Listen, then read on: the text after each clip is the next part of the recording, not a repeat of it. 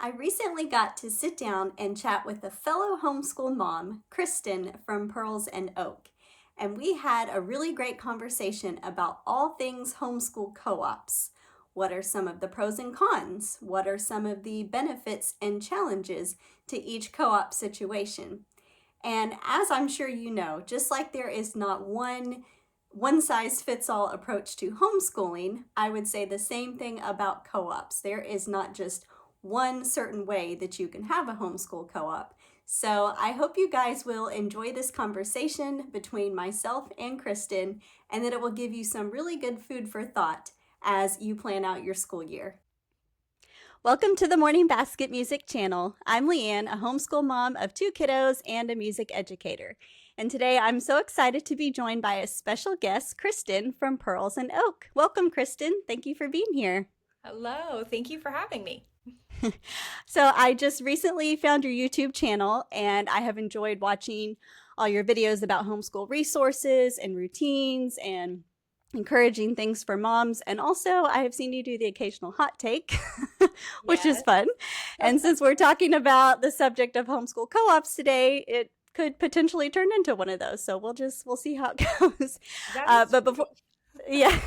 So before we get started, would you go ahead and introduce everyone to your family and tell us how you got started with homeschooling? Sure, yeah. So we've actually homeschooled from the beginning. As many people, it was not my plan, but the Lord certainly had his way. And I am a homeschooling mom of one. I only will have one, so there's no more potentials. Yeah, so we just kind of, long story short, I thought I was going to go back to work, thought we were going to put her in daycare. I visited a few and was like, yeah, no, we're not doing this. And so we started looking at other options, which basically meant staying home and homeschooling. And here we are. We do have an alternate schedule. So we are actually finishing up our school year. We just entered into quarter 4 for us. And this will be our 5th year homeschooling. Okay. So tell me more what that looks like with your schedule. Do you have like a certain number of weeks that you school and then you take a week off, or how does that work? Yeah, so we begin our school year typically the first week of February. We school, as far as like our weekly rhythm kind of deal, we just school Monday through Thursday. Mm-hmm. But overall, for a year, we school February about the end of October. Typically, we start actually kind of wrapping things up towards the middle of September, and then, things kind of taper off into October. And then we do take a 3-week break at the end of June, beginning of July. That's kind of what most people would take off for like Christmas and Thanksgiving. That's kind of Mm-hmm. our little summer break there. Okay. So we're essentially just the opposite of everyone else. Okay. Which is right. That's one of the beauties of homeschooling is you get to decide, what works best for your family. And so that's awesome. Yeah. I'm also really curious because I like talking to someone who has the perspective of homeschooling an only child. I feel like if you watch a lot of videos, there are lots of moms out there with larger families and they have all the advice for those people, but you're in a more unique subset, I think. And so I'm just curious, are there certain maybe assumptions that people make about what it's like homeschooling an only child? Like, do they assume you must be in activities every day of the week? And, what have you heard? I've heard of all the things. Hmm. I've heard, well, what do you mean you're not giving her a sibling? Mm, Like, okay, I mean, that's not yeah. homeschool specific, but it Yeah. is, like Hmm. people are like, okay, well, if you Yeah. homeschool, then of course you're having more children. That's why at the beginning Right. I was like, no, there is no more. Like this, Yeah. this Yeah. is it. Um, yeah, if people assume it's easier, and in a sense Mm-hmm. they're right. There are pros and cons, right, to every situation. And I won't even say pros Hmm. and cons. There are challenges to Hmm. every family dynamic. Whether you Right. have multiple children, whether you have one child, whether you have special needs, what variation of needs that child has, right? Every family Hmm. dynamic is different. Hmm. Dad's schedule, does mom work? There are so many things to take into consideration that can make homeschooling challenging. And homeschooling only one child is just one of those kind of variations, you know. Mm-hmm. There actually is quite a few homeschooling only child homeschool YouTube moms. Mm-hmm. uh, and there's a lot more people out there than you would think that are homeschooling an only Mm-hmm. child. It may not be their only child, but maybe they've graduated 3 kids already. So now they only Mm-hmm. have 1 kid at home. And so even Yeah, that dynamic changes, right? Because you're used sure. to homeschooling 4 children at the dining room table, and slowly they've become adults. And so now you're just left with this one. Mm-hmm. So yeah, it's a more common thing now. I think now that homeschooling is becoming more popular and more Mm-hmm. widely known about and talked about. Right. Yeah, absolutely. So, for me personally, like where we live, I feel like we're blessed. We have a lot of options when it comes to things like homeschool co ops, everything big to small, academic versus enrichment. And we really have tried a lot of different situations. But part of the reason I want to have this conversation today is it can be very overwhelming to have so many options. And I know a lot of people who are just getting started in homeschooling, or maybe they've made that decision for just one of their kids. It's like, where do I even begin? And I think a lot of people maybe also feel pressure right from the beginning, like I've got to go join something, maybe without doing their real research. So that's what we're going to talk about today. So would you share with everyone, what has your experience been like with choosing homeschool co-ops, and like what are the options where you live? Yeah, sure. So, as far as I know, because surprise, surprise, I have not done much digging on co-op options Mm-hmm. because it was overwhelming and it felt overwhelming. Mm-hmm. Um, the area that I live in is fairly rural, and homeschooling is not very big where I'm from. And so we do have classical conversations. I know that is an option. And I know there's a couple different branches in like surrounding areas where I am. There Mm-hmm. are a couple small, kind of like nature school type co ops that meet, in a variety of fashions and places and things like that. And then there is just kind of some co ops that a group of moms had put together that eventually turned into the co op that we did join because Mm-hmm. they were people that we were familiar with, not affiliated with any kind of curriculum or anything like that. That was Mm-hmm. just, we knew them. And so that felt like the good place to go. That felt kind of comfortable. But now, as homeschooling has grown, especially in our state, I'm seeing things growing and I'm seeing all of these little branches of co ops. And I think people are really just they're making it their own. Mm-hmm. And so, yeah, it does allow for a lot of like, well, but this one has this really good thing that we like. Well, but this one over here meets on the day of the week that's really kind of the best. And so there's Yeah. a lot of options. Yeah, yeah. So it sounds like we had a similar experience. At one point, we also did something more organic like that, where it Mhm. wasn't this formally put together thing. These are friends we already had through homeschooling, and let's just get together and do more like social type things, but sometimes more formal learning too. Mhm. So, okay. So kind of the way I want to break this up, and again, we can go back and forth, but we are going to discuss what are some of the benefits to people joining a homeschool co-op, what are maybe some of the drawbacks or challenges to that, and then we'll just leave moms with maybe some questions to consider. So I'm going to let you go at this first. What are some of the major benefits that you could potentially see to joining a homeschool co-op? Of course, everyone talks about socialization, and it is a Right. real thing. And Yeah. it is often, you'll see from experienced homeschool moms or homeschool moms that have been homeschooling for a couple of years really kind of make a joke at homeschooling or at socialization, because it is something that's brought up so often that we do talk about. But it Yep. is genuinely a true fear of new homeschooling moms, or even in my situation, I have an only child. And Mhm. so the idea that she's going to learn some of these things from siblings is not true because she Mm-hmm. doesn't have siblings, right? So she isn't learning problem solving between, who gets what toy and those types of things. And so I do have to be intentional when it comes to socialization, and co-ops allowed for that. It allowed us to make some friends that we still have relationships with today. We'll get into that a little bit later, I'm sure. Um, Mm-hmm. but you do have to be intentional with socialization, really, honestly. And it is eventually you'll get to a place where you feel comfortable and you're like, okay, yes, they really are fine. But certainly at the beginning, it can feel that way. Mm-hmm. It can feel kind of scary. Meeting friends is, of Mm-hmm. course, a fun part of co op. Depending on the type of co op, maybe you're able to offset some of the homeschooling required in your own home. So maybe you're doing like a science co op. And so Mm-hmm. science now isn't something that you need to include in your everyday routine for your homeschool. That gets taken care of on Thursday when you go Mm-hmm. to your science co op. I've seen music specific co-ops. So same thing, right? Like you can kind of transfer that responsibility elsewhere. You get to meet friends Mm-hmm. as mom, gets you out of the house a little bit.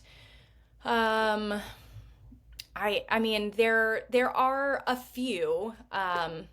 Those are probably my big ones. Mm-hmm. Yeah, I agree. I was guessing you would bring up the socialization piece first because I think that's probably the number one thing most people think about, right? My kids need friends. I need friends. It is important. Um, Maybe the only other things I would add on is, especially for people who might be coming from a public school background. I was Mhm. a teacher in public schools. My kids never went to school there. But especially if you're making that transition, I know for a lot of people it can be like a almost like a comforting thing, right? Yeah. We like having the structure and routine of that type of schedule, not every day of the week, but that helps build in something that we can all look forward to and kind of keeps us on track there. Another thing that I would add is maybe this is not as important when your kids are little, but especially as they get older, approaching like middle school and high school years. And if you think there's any chance they're going to go to college one day, I think there is some benefit to getting them used to like more of a classroom setting. Hmm. Um, just like basic classroom etiquette, I guess I would say. So I wanted to share this funny story. Just my first experience ever with homeschoolers was like years before I even had my own kids. And again, I've been teaching in public schools. So I was very much in that mindset. And we had just moved to a new state, but it was like midway through the school year. So I didn't have a teaching job right away. And I ended up working at this preschool part time, which this church hosted a homeschool co op. And they said, hey, you're a music teacher. Do you want to come in like one day a week and teach the kindergarten first grade class? And I was like, I got this. Sure. I've been doing this for years. No problem. There's only 10 kids in this class, right? Well, I walk in day one and again, never had experienced homeschooling of any type. The first thing that struck me was these kids like actually talk to me, like not Hmm. just like answering questions for a teacher, but like we're having actual conversations. They asked like really insightful questions as young as they were. So I was like blown away by that. At the same time, the other thing that struck me was these kids do not raise their hands like ever. Literally none of them raise their hands. They just talk, right? Like we're sitting in a living room Yeah. together. Like what is happening? So, again, when they're little, it doesn't maybe matter so much, but it's just stuff like that where one day you Right. are probably likely to be in a classroom setting, and it's maybe just good to have a little bit of that training early on. So anyway. That made me Mhm. also think of another benefit too is your child learning from someone else. Yes. So Hmm. having another person teaching them and learning Hmm. to learn from other people because Hmm. eventually part of the joy of homeschooling is to adapt learning to your child's style. But not Hmm. everybody's going to do that. Again, especially as they get older. And so as they get older too, they need to learn how to adjust themselves to the way they're being taught things. Um, on, a reasonable basis, right? They still need to Mhm. be able to retain the information and things, but it just gives them that Mhm. little bit of learning from someone else, listening to someone else. And yes, the classroom etiquette. I cannot believe I did not think of that considering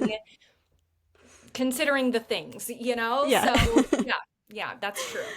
Yeah, but yes, you brought up a good point too, and I think I see a lot of benefit really for the kids. Like they Yeah. a lot of times, depending on the subject, they enjoy learning from somebody else. When it's Oh not yeah. mom 100% of the time, Yeah. they show up different. So yeah, that's a great point. Okay, so let's shift a little bit because we've talked about some of the benefits, and obviously there are equally some challenges that come with different co-op situations. So, what has your experience been like with that, or what are potential things that you could see might be challenging? Sure. Um, okay, let's start with the etiquette because that's just top of mind since we're here. Mm-hmm. There, not everybody homeschools the way that you do.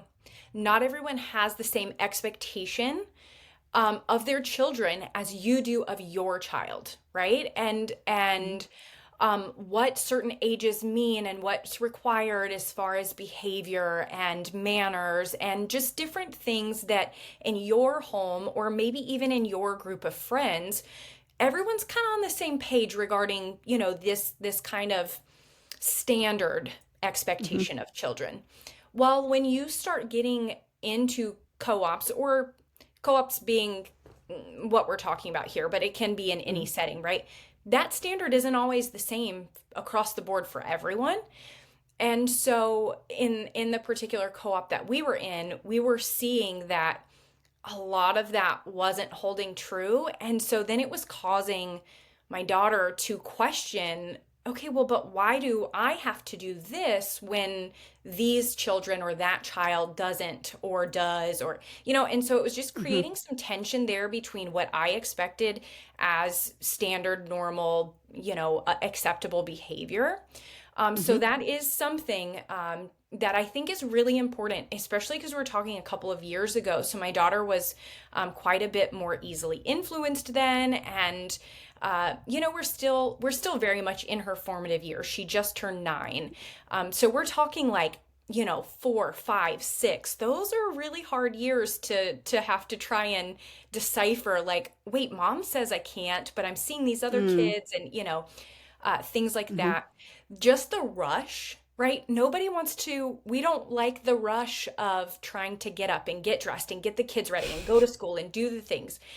Mm-hmm. And so if your co-op starts at 9 o'clock in the morning, first thing bright and early, well, then Yeah. you do have that, right? So you have a Mm-hmm. little bit of that rush. And maybe Mm-hmm. that's okay for that one day. Maybe you guys are early risers. We were always early risers. So that didn't bother us so much, but we didn't get any of the downtime until we finally got back home at like 3 or 4 o'clock in the afternoon.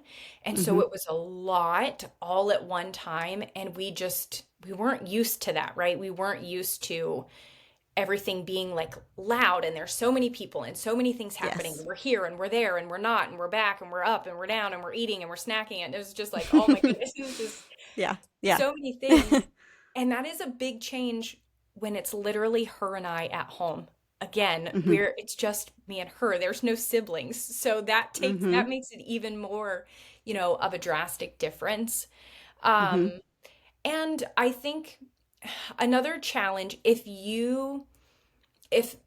our particular co-op was new, we kind of joined as they were getting started.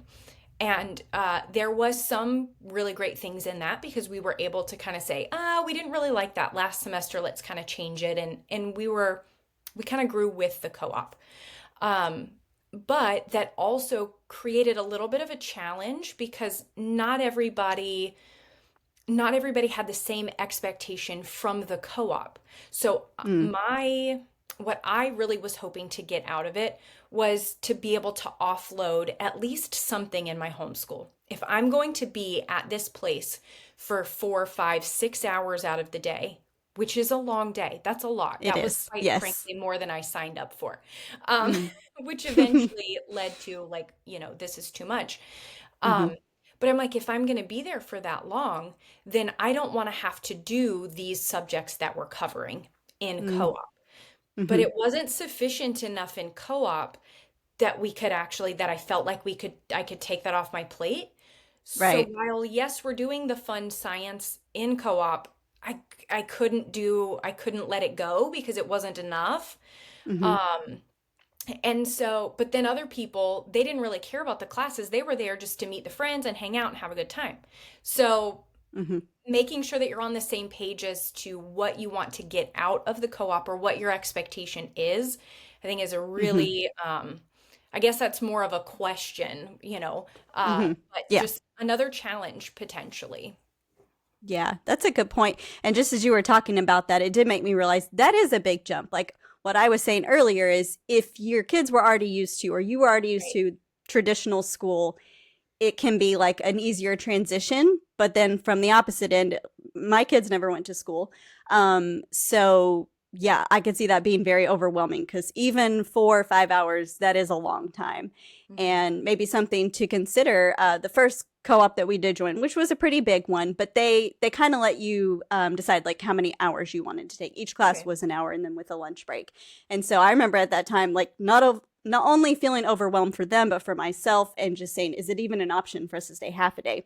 And that's ultimately what we did. So for us, like that was an easier way to kind of, transition into that. We're only going to do the first 3 hours of the day, and then we're going to eat Right. lunch and we're going to go home. And it was like it was just enough at that time. So yeah, that's a really good point. What do you think about the costs of co-op? How can that go in different situations? I think it varies. Mm-hmm. Not a place again. I have a lot of experience in because we didn't try very many. That was the one Mm-hmm. co-op we tried. We did Mm-hmm. it for 2 years, and then I was like, okay, cool. We've got some friends. I think this is time, kind of for us to exit. Mm-hmm. The price for us, it really wasn't. I found that it was okay. Um, but also I was just paying for her to play with some people once a week. Sure. You know what I Yep. mean? Like it again, the cost would have been, and don't get me wrong, she had some really, really great science experiments that happened, and there were some really great, like cool, fun craft things that she was able to do that we probably wouldn't have done in our homeschool. And so Mm-hmm. it's not to say that the money was just kind of wasted, playing on the playground. Um, Right. so there is a balance there, but the what we were actually getting out of it was not worth us continuing. And the cost, again, it was reasonable for us, but we paid the same amount as every other family. And so I Mm-hmm. have one kid, it cost this amount. You have Right. 5 kids, it costs the same amount, which is Mm-hmm. okay. I've grown to expect that a lot of things are like that.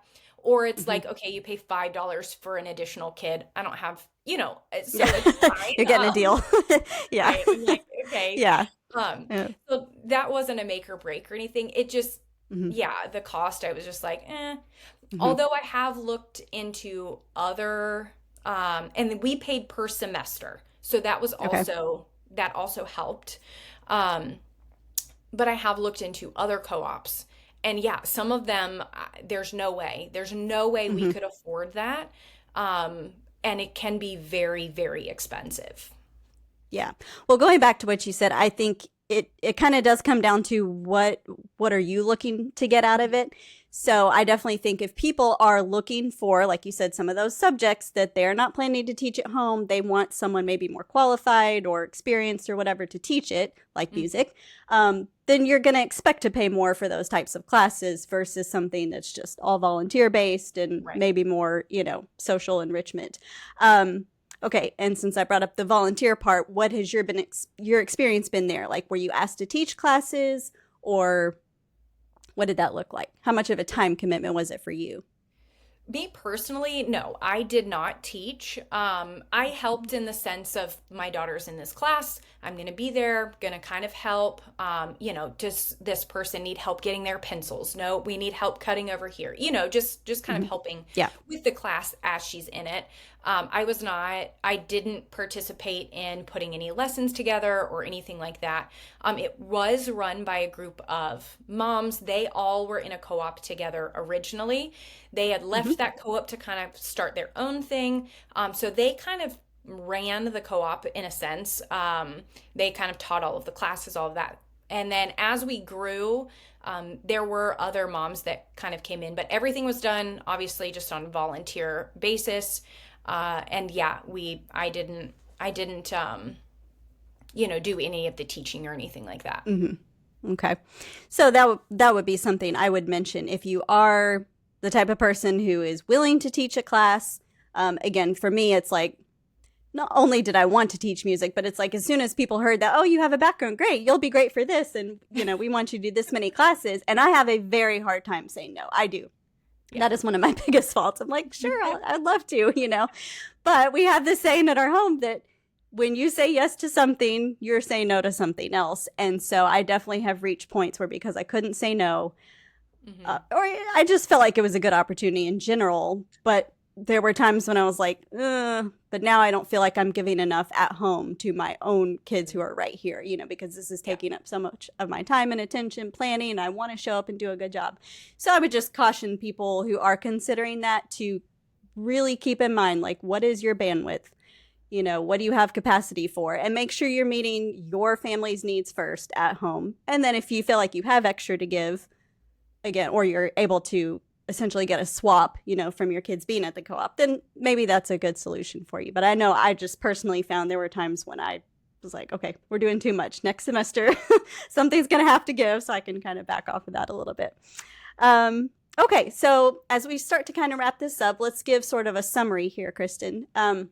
If you were giving advice to, again, let's say a new homeschooling mom who's just not sure, is this the right decision for us, or what should this look like? What kind of bullet points would you tell her to consider? Check cost against your budget.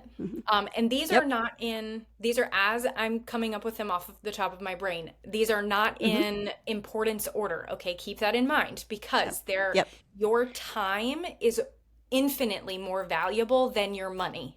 Okay, so budget does not come first. Your time comes first. I just went budget first because that was top of mind. So the cost associated, the time allotment, time there at the co-op, but time, like you said, that it takes away. Ultimately, that's why I said no. This is a good thing, but it's not good when we get back home and things are not right at home. We can't get in a good rhythm. We can't get in a good routine. We're kind of at odds with each other because we're just tired and we can't figure it out. It's not worth it. Yes, it's a good thing, but it's not good if it takes away from your family, and takes away from the main point, right? The point of the co-op is to enjoy it. When you're no longer enjoying it, it's probably time for it to go. What else? The expectations, like I said, like what are you wanting to get out of the co-op, and then make sure that the co-op is going to meet those expectations. And make sure that your kids are on board. Sometimes we leave them out. A lot of times we leave them out. We leave them out of curriculum. We leave them out of extracurriculars. Leave them out of the decisions of doing those things, right? We are their parents. Ultimately, we do have the say. But they are little people too, and they have thoughts and feelings, and they can share those. Even if you and your husband decide, you know what, actually, I know you said no, or you didn't want to, but we think this is in your best interest. Oh, again, you're the parents, you have that leeway.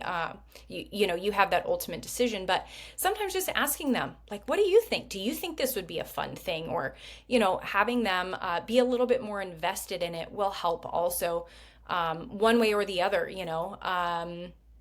and I don't know, enjoy it. And know that just because you say yes now doesn't mean you have to say yes forever. You can say no if it gets to the point where it's like, okay, it was good for a season, and then now we're moving on. It's okay to say no, and you should say no. Yeah. You're echoing exactly what I was going to say. Really, everything is for a season, and this was something I forgot to mention earlier, but one of the potential drawbacks For our family in particular, we don't usually like to follow a strict school year schedule. Now, Right. sometimes that's been helpful, especially if I was teaching. But we've had seasons where we knew we were going to do a lot of travel. My husband was traveling for work. We wanted to be able to go with him, and we needed that flexibility just for a short period of time. But sometimes that meant we have to say no for an entire semester, even an entire year. This is just not feasible. So, yeah, but I'm really glad you brought that up about really just asking your kids, you know, like, what do they think? Assuming they're kind of old enough that they can understand what's going on. But yeah, just giving them that acknowledgement, listening to their input. And I would say that even to continue kind of checking in, right? If you do choose a co-op and you're several months, weeks into the year, you know, just kind of having family check-ins of like, how do you think this is going? What do you like your classes? Do you like your teachers? You know, just listening to their feedback. I think that's super important. My biggest thing was just going to be, I say this a lot, is just always coming back to your why. Like, why am I homeschooling in the first place? What do I want my family culture to look like? Because that's going to help dictate a lot of these decisions. And there really is no like one right or wrong, right? There are as many ways to do a co-op as there are ways to homeschool, right? So it's not a one size fits all. I think we all understand that. But like you said, you need to consider the things like the time commitment, the financial commitment. Make sure you and your husband are on board with that. I know for me, like my husband has had to rein me in sometimes where I've already in my head committed to like, yeah, we can make this work, even though we're going to be gone like 2.5 days a week, you know, and he's like, I'm not so sure about that. So making sure everyone's on the same page. And then just my final thought here. Yes, definitely important to ask your kids' opinions, but like also take your own personal needs into consideration as well. I think you have to look at the big family picture. What do I think is best for my kids and their education? What is this going to take from me? You know, is my husband on board? It's just like keeping the big family picture in mind, I think is super important. And I just want to echo what you said one more time, that it can just be for a season. Like we are both giving you mom's permission that just because you said yes or no, you know, to something this semester, it's not a permanent thing. So yeah, I think that's super important for people to hear. Well, any final thoughts, Kristen, before we wrap this up? This has been a great conversation. I don't think so. I think we covered it all. Mm-hmm. Yeah, absolutely. But definitely if people have questions or want to share their experiences with us and maybe some of the pros and cons that we forgot and left out, be sure to drop those in the comments because we would love to hear what you guys have experienced where you live. Well, Kristen, thank you so much for joining me today. It's been a pleasure and I hope to talk to you again soon. Yes, thank you so much. It was fun.